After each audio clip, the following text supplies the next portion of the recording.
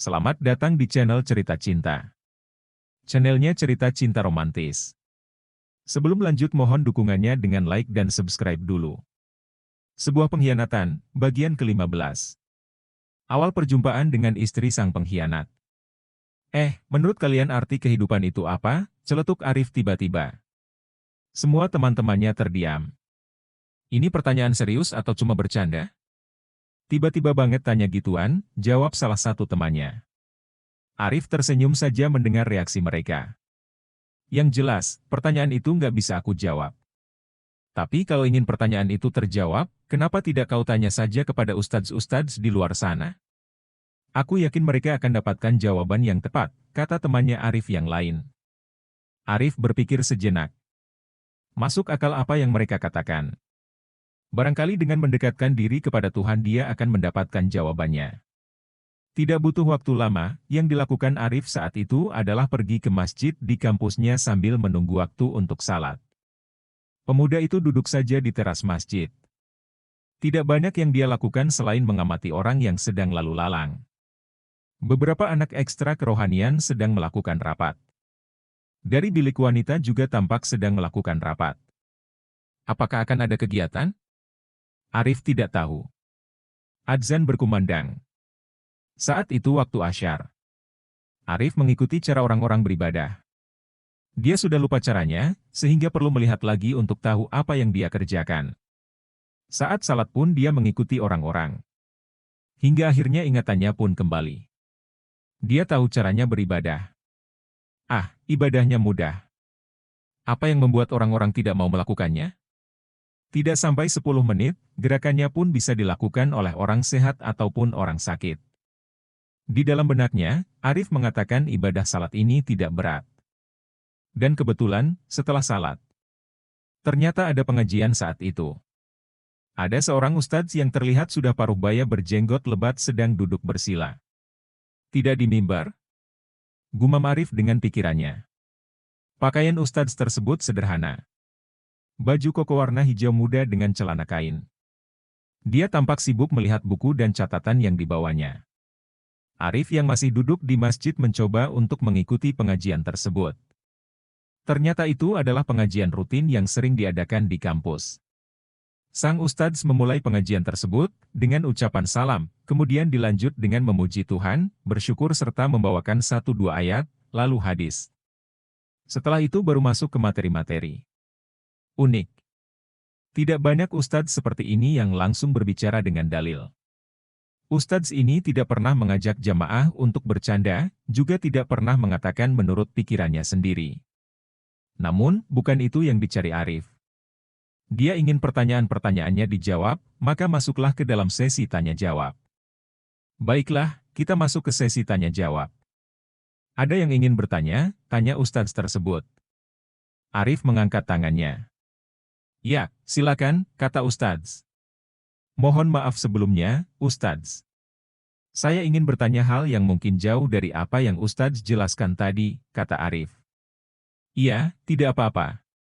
Silakan, ujar ustadz. Apa sebenarnya makna kehidupan itu? Ustadz terdiam.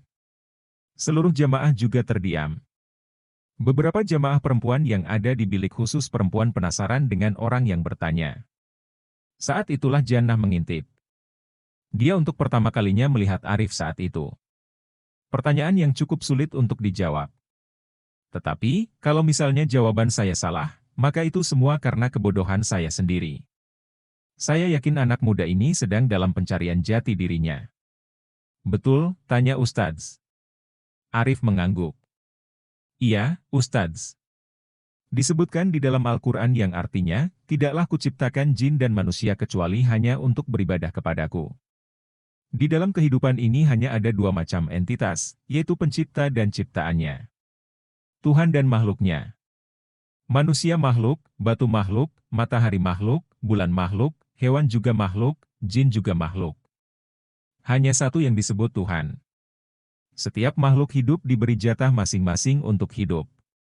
Mereka diberi waktu, diberi rezeki dan diberikan pengetahuan, serta kekuatan.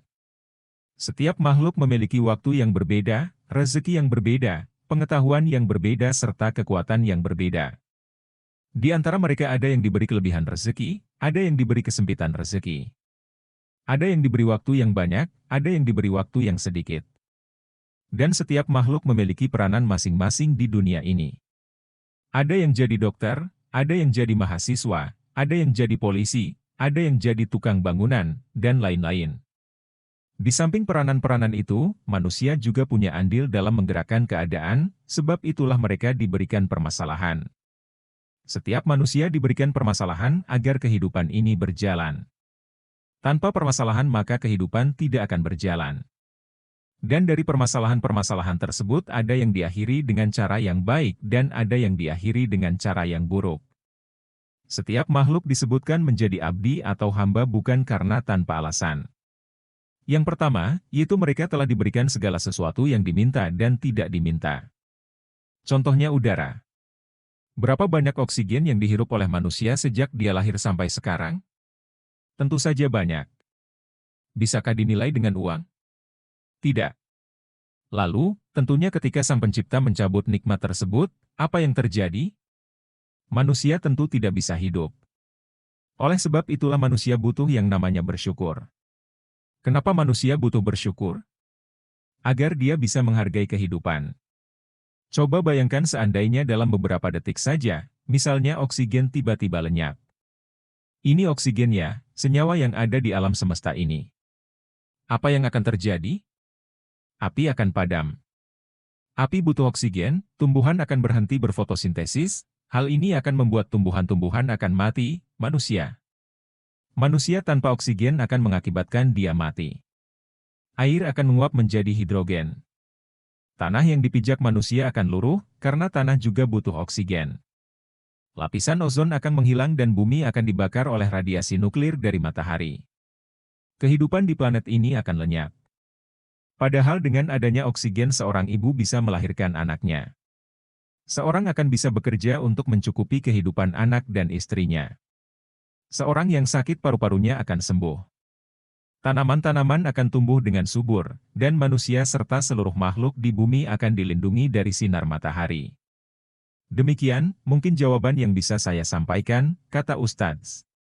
Jadi maksud Ustadz apakah menghargai kehidupan itu artinya membiarkan semua makhluk untuk hidup, tanya Arif.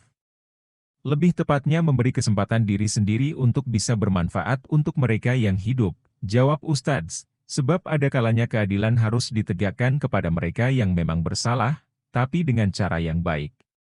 Yaitu dengan mematuhi hukum yang berlaku. Arif menipiskan bibirnya. Dia berusaha memahami apa yang disampaikan oleh Ustadz tersebut. Nama Ustadz siapa kalau boleh tahu? Tanya Arif sekali lagi. Nama saya Hamzah, masnya namanya siapa? Tanya Ustadz balik. Nama saya Arif, jawab Arif. Kalau boleh saya ingin tanya-tanya lebih lanjut lagi. Oh, silakan. Dengan senang hati, jawab Ustadz Hamzah. Jannah tersenyum melihat Arif dari kejauhan. Tidak biasa seorang mahasiswa bertanya hal seperti itu. Di dalam pikiran Jannah, pemuda ini orang yang baik. Anak mana sih dia? Tanya Jannah penasaran. Gak tahu, gak pernah nongol juga di mari, jawab temannya Jannah. Rasa penasaran Jannah makin menjadi saat hari-hari berikutnya Arif mulai aktif pergi ke masjid. Makin banyak melakukan ibadah dan ikut pengajian. Meskipun begitu tidak terbesit di hatinya untuk menyukai pemuda ini, sebab dia saat itu sudah memiliki hubungan dengan Thalib. Thalib, pemuda ini lebih senior dari dia maupun Arif. Bahkan sudah mendekati wisuda. Mereka sudah menjalin hubungan, meskipun tidak diketahui oleh orang-orang, sejak Jannah di semester ketiga. Jannah memang terpesona dengan Thalib. Orangnya cerdas dan penuh pesona. Mungkin itu pula yang menjadikan Jannah tertarik kepada Thalib selama ini. Di area kampus ada tempat yang cukup aman untuk mojok. Letaknya agak ke dalam, jauh dari lalu lalang mahasiswa. Tempat tersebut ada di balkon lantai 2, di gedung Fakultas Bahasa. Fakultas Bahasa mahasiswanya tak begitu banyak. Sehingga jadwal perkuliahan mereka pun sepi. Entah kenapa Fakultas Bahasa tidak terlalu favorit di kampus ini. Jannah dan Thalib tampak sedang duduk-duduk di sana, Jannah duduk di pangkuan Thalib. Thalib menciumi Jannah sambil kedua tangannya sibuk bergerilya melaksanakan tugasnya. Hal yang terlihat tidak lazim, tapi mereka sudah lakukan. "Mas, kalau lulus nanti mau nikahin aku?" tanya Jannah.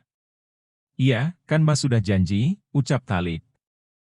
"Beneran lo ya, nggak bohong," kata Jannah.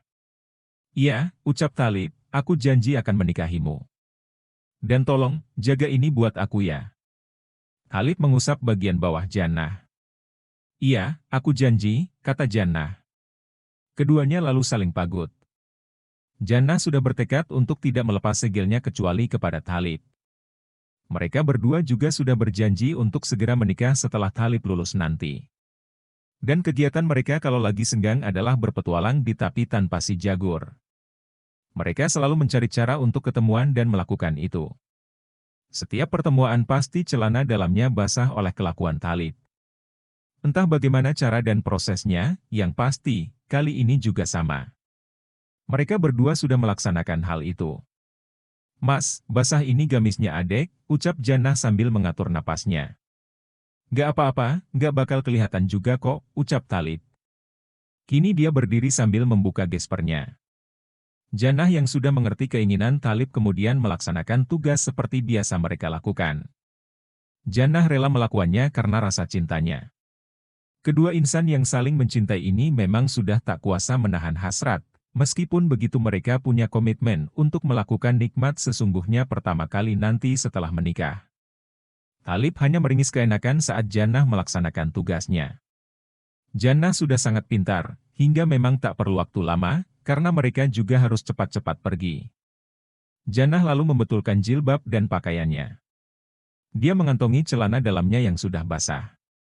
Thalib benar-benar puas, terlebih lagi mengetahui sekarang Jannah sudah cinta mati kepadanya. "Ya sudah, Mas duluan ya. Biar nggak ada yang curiga," ucap Thalib. "Iya.